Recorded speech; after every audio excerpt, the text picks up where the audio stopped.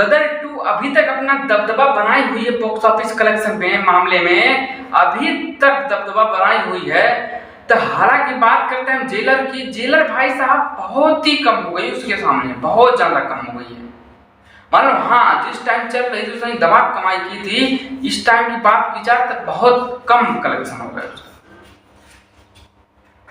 Jailer और गदर से compare मिला जाए तो धरती आसमान का कंपेयर हो जाएगा भाई।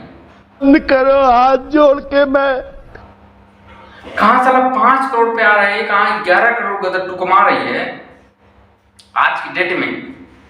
और बताओ संडे को भी 31 करोड़ रुपए कमाया था गदर 2 ने। अब गदर 2 क्या है, सारी मूवियां जो है अभी कम है, उससे कम ही कमाई है। OMG 2 ले लो, जेलर ले लो, मान लो जेलर 2-4 दिन में बहुत ज्यादा कमाई कर ली, बट इस टाइम टाइम डाउन हो गई है।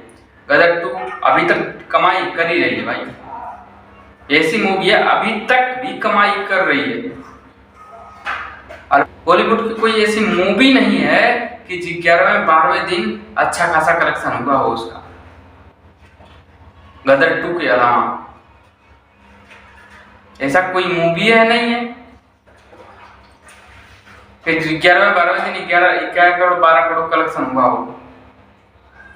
चाहे कोई कुछ भी बोले भाई, इसका टक्कर कोई मिला ही नहीं सकता।